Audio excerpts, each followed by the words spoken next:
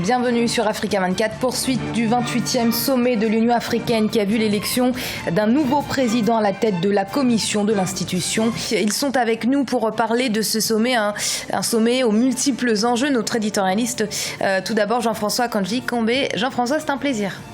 Plaisir partagé. Et notre invité, Mohamed Ly, président du think tank IPOD. Monsieur Ly, bienvenue parmi nous. Merci Amira. Alors comme je le disais, un sommet aux multiples enjeux parce que nous connaissons désormais l'identité de celui qui a succédé à Nkosazana Dlamini-Zuma à la tête de la commission de l'Union africaine. Il s'agit du ministre des Affaires étrangères du Tchad depuis 2008, Moussa Faki Mahamat. Il a donc été élu à la présidence de la commission de l'Union africaine. Et puis nous savons également que le Maroc a réintégré l'Union africaine, une institution qu'il avait quittée dans les années 80, plus précisément en 1984, pour protester contre l'admission de la RASD, la République arabe sahraoui démocratique. Messieurs, d'abord une première question, Mohamed Ly, peut-être même une première réaction sur l'élection du Tchadien Moussa Faki Mahamat. Ce n'était pourtant pas le favori. C'est vrai, c'était pas le favori, mais aujourd'hui, c'est le président de la commission qui doit avoir le soutien de toute l'Afrique. Le Sénégal, moi-même, j'ai eu mon candidat. Je pense que nous avons contribué à essayer de pourvoir à l'Afrique un très bon profil, qui c'était celui du professeur Bathily. Tout ça est derrière nous. On va pas jouer au chauvinisme nationaliste. L'Afrique a un président de la commission. Je pense qu'au-delà des personnes, il y a le processus transformationnel de l'Union, donc de l'unité africaine. Il y a le travail du président donc Paul Kagame qu'il faut voir, le contenu de tout ça. Après, il faut voir comment réussir, continuer à avancer dans la construction de l'Union africaine. Maintenant, pour revenir sur l'élection, il est important aussi pour nos téléspectateurs de décrypter un peu les raisons de cette victoire diplomatique pour le Tchad. À y voir de très près, c'était prévisible. Le président sortant étant donc le président tchadien, Idriss Déby Itno, qui a une présence très longue dans les institutions africaines, qui a dû donner des gages, qui a dû prendre des engagements.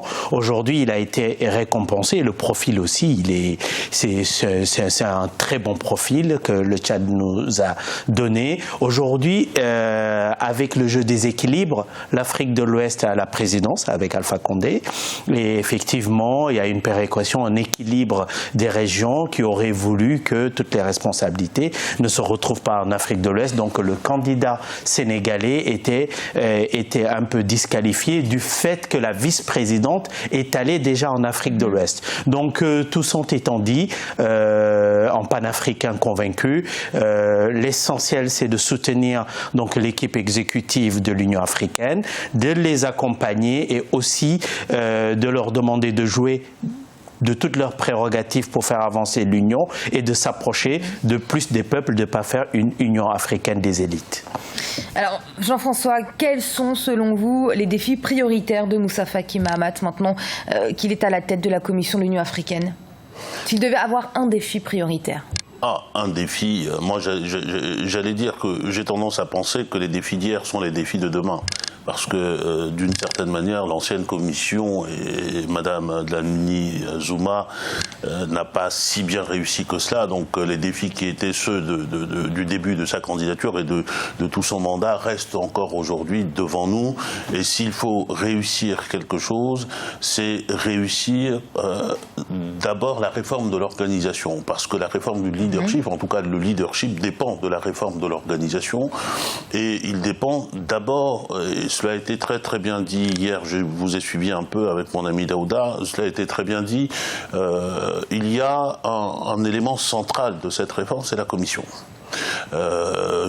J'entendais tout à l'heure Mohamed dire l'exécutif de l'organisation, mais en réalité c'est tout sauf l'exécutif. Les statuts prévoient que la commission assure le secrétariat de la conférence des chefs d'État et de gouvernement, et ça c'est une position qui doit changer. Il faut une organisation exécutive véritable dont la première condition est l'indépendance par rapport aux chefs d'État et de gouvernement. On met en œuvre les décisions, mais on n'est pas lié. Et c'est je crois, l'une des causes de l'échec des précédentes présidences de commission. Il y a cet enjeu-là, mais nous sommes dans un contexte en réalité, où, à la limite, peu importe, et je partage ce que disait tout à l'heure Mohamed, peu importe la personne qui est arrivée. Maintenant, la personne qui est arrivée a des dossiers objectifs sous les yeux. Il y a la question, par exemple, de la sortie des États africains de la Cour pénale internationale. Ça, c'est un enjeu.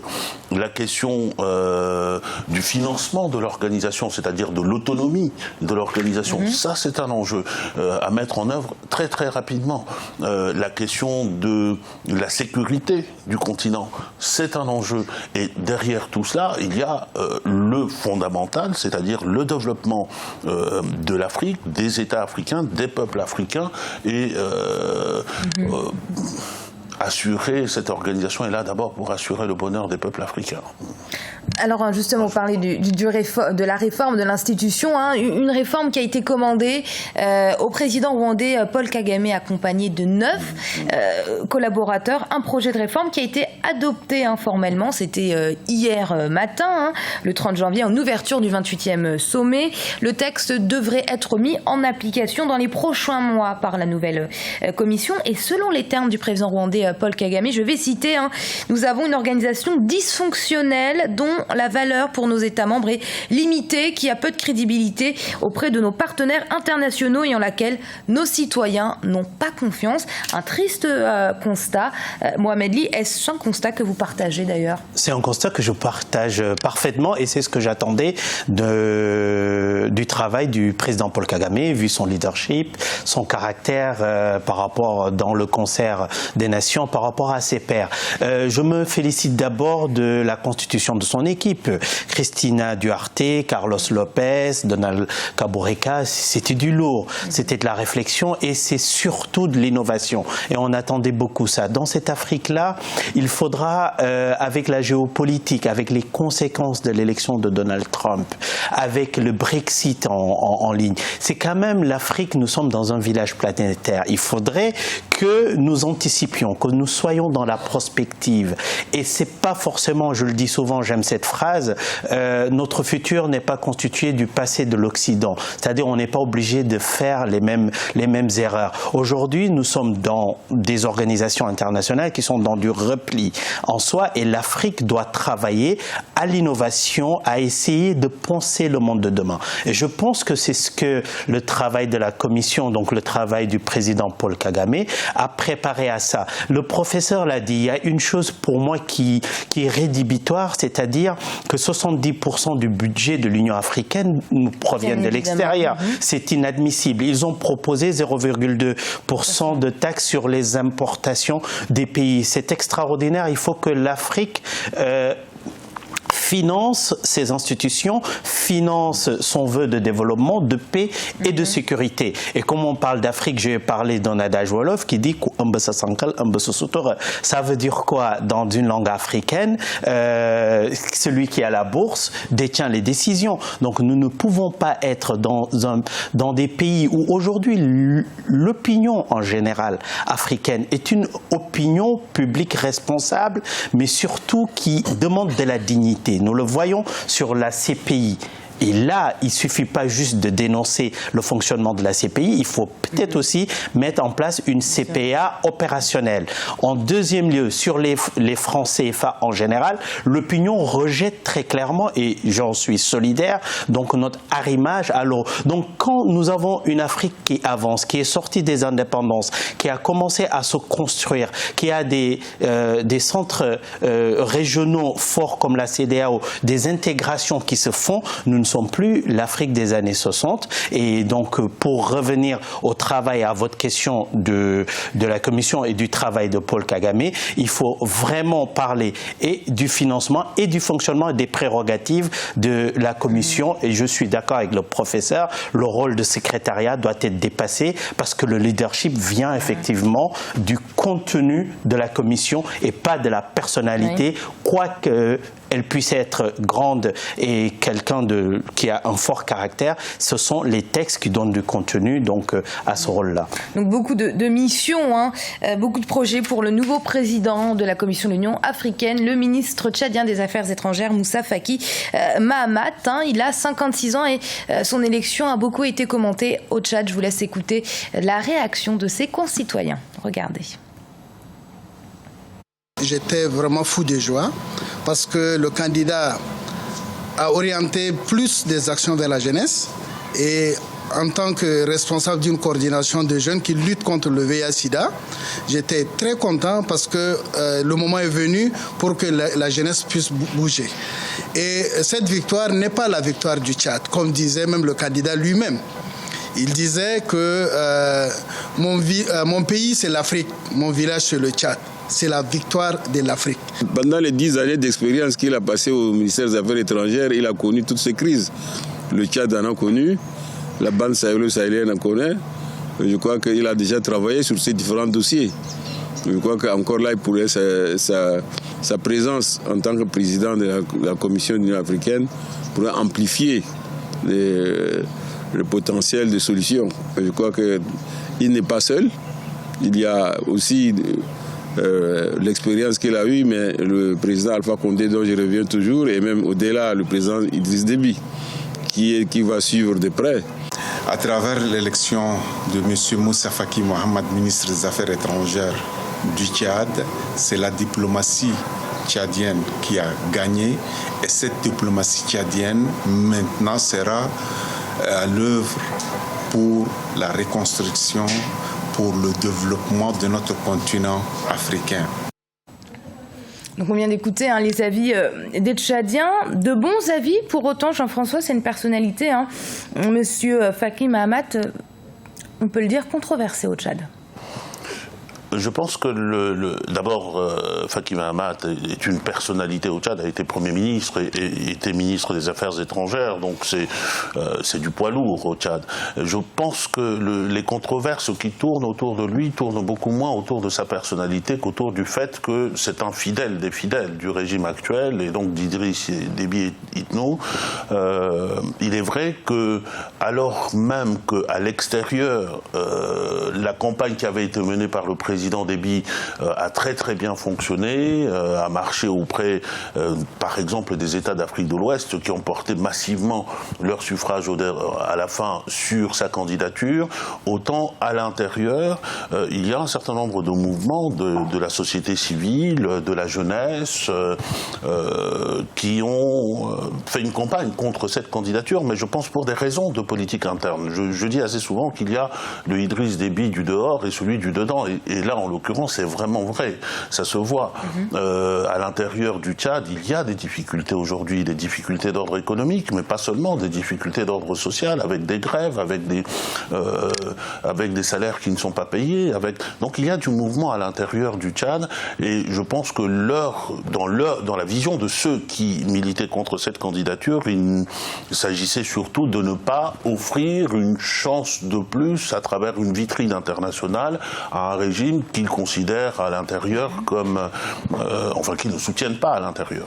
Bon, les avis qui étaient là étaient des avis positifs, on peut les comprendre dans une certaine mesure, quoi qu'on pense du président Idriss Déby, et j'en ai dit quelques appréciations autour de ces différents plateaux d'Afrique 24, il faut quand même lui reconnaître l'art de la vision dans les affaires internationales, l'art de la continuité dans ses ambitions. Il a des ambitions pour le Tchad, c'est légitime.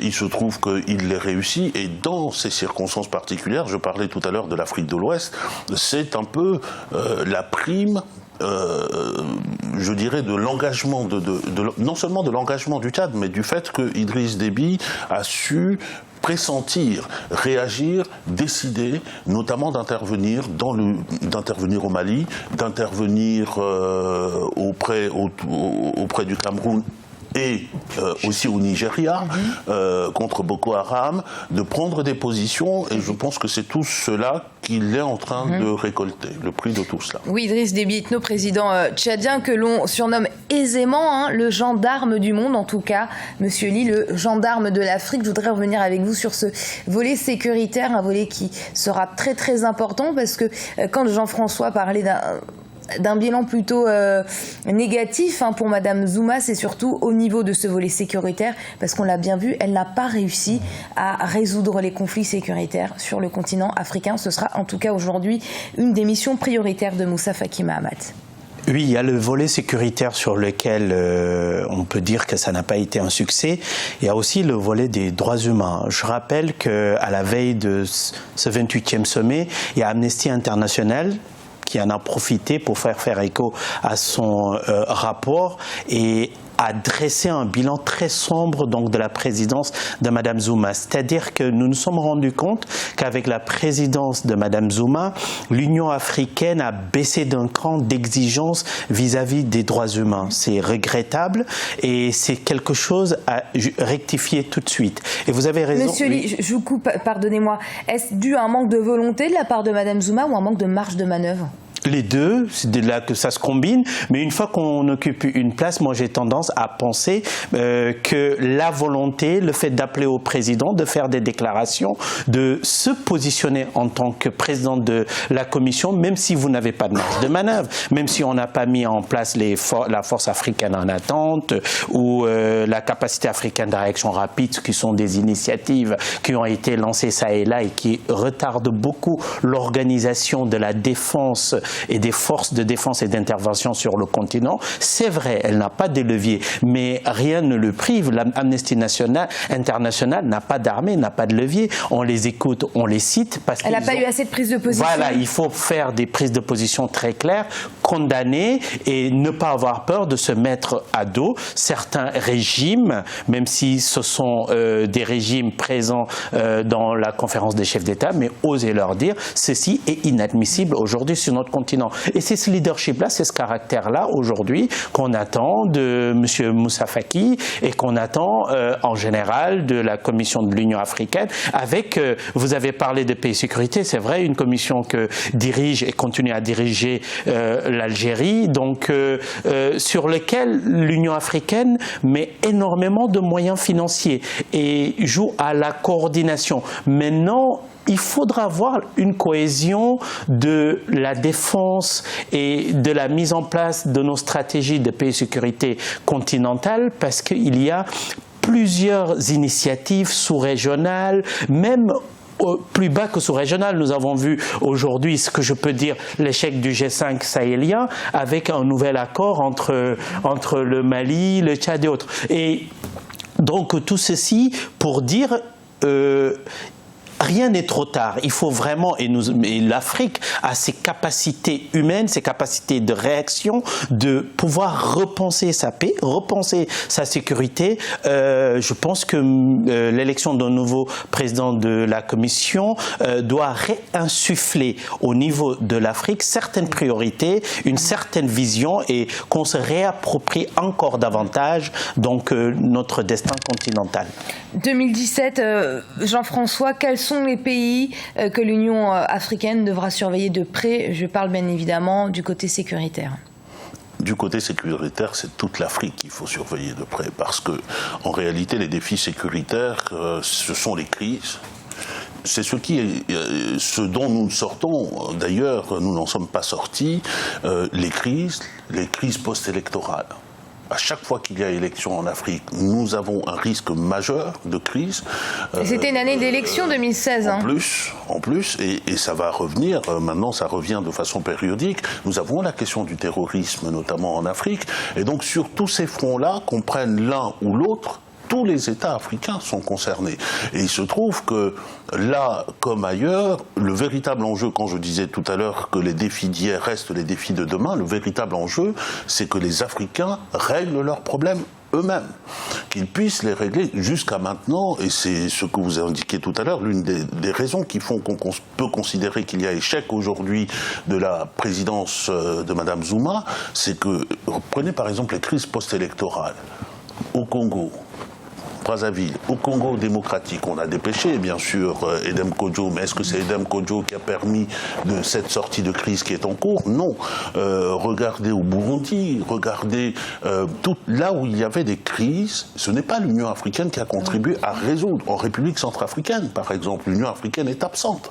Donc l'Union africaine, on a besoin que l'Union africaine soit plus présente, qu'elle assure ce leadership, mais qu'elle ait aussi les moyens de pouvoir déployer d'abord des moyens financiers, ensuite des capacités, je dirais, opérationnelles assumées, mais ça suppose aussi, dans tous ces dossiers, qu'il faut que les États souverains accepte de concéder à l'Union africaine un pouvoir qui lui permette d'agir.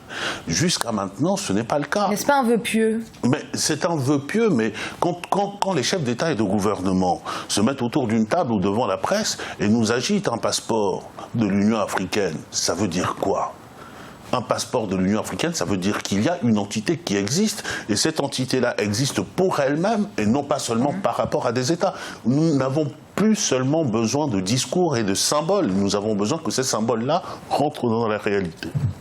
Et c'est l'heure de marquer une courte pause. On se retrouve dans quelques instants pour la suite de cette émission, une édition spéciale consacrée au 28e sommet de l'Union africaine. Et rappelons-le, il s'agit de Moussa Faki Mahamat, le ministre des Affaires étrangères tchadien, qui succède à Nkosazana Dlamini Zuma à la tête de la Commission de l'Union africaine. Rappelons également que le Maroc réintègre l'institution panafricaine. On se retrouve dans quelques minutes. À tout de suite.